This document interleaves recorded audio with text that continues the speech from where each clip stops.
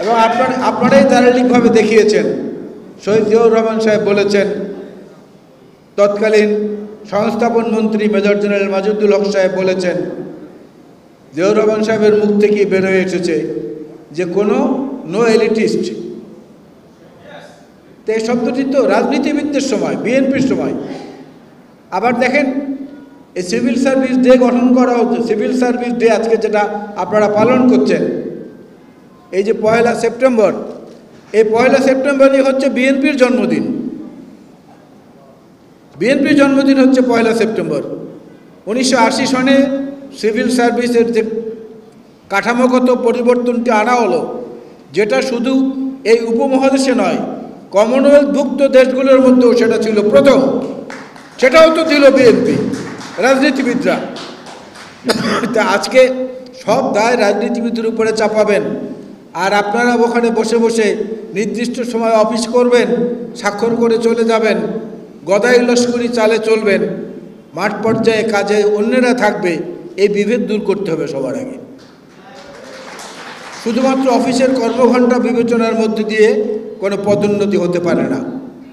তাহলে সাম্যকে নিহত করা হয়, সাম্যকে হত্যা করা হয়। সুতরাং আমরা যে এই যে আত্মপ্রবঞ্চনা, এই আত্মপ্রবঞ্চনার মধ্যে থেকে আগে বেরিয়ে আসতে হবে, তারপরে অন্যান্য দিকে যেতে হবে। বাংলাদেশে অনেক কিছু হয়, অনেক কিছু।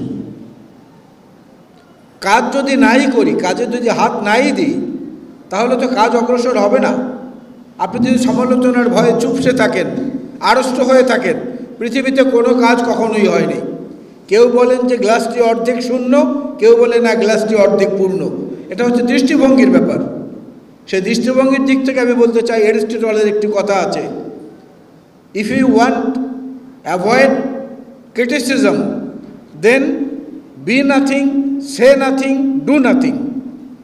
তো সেইটা তো একজন মরা মানুষ, যে কিছু হতেও চায় না, কিছু করতেও চায় না, কিছু বলতেও চায় না, সে মানুষটা তো মৃত। সুতরাং কথা বলতে হবে, কথা বলতে হবে, লক্ষ্য নিয়ে এগোতে হবে। এই ক্ষেত্রে কাউকে কোনো ছাড় দেওয়া যাবে না। নিজেরও যদি ক্ষতি হয়, তারপরেও কথা বলতে হবে এবং কাজ করতে হবে এবং নিজে কিছু হওয়ার চেষ্টা করতে হবে। রাজনীতিবিদদের অপরাধটা কি? বলে ক্ষমতায় যাওয়া। হ্যাঁ, ধরে নিলাম আপনাদের ভাষায় বা অন্যের ভাষায় ক্ষমতায় যাওয়া। আমার ব্যক্তিগত অভিমত হচ্ছে দেশ পরিচালনার দায়িত্ব নেওয়া। ওখানে তো আমার যেতেই হবে, কারণ আমার টার্গেট তো ওইটা। না হলে আমি জনগণের জন্য কাজ করব কিভাবে?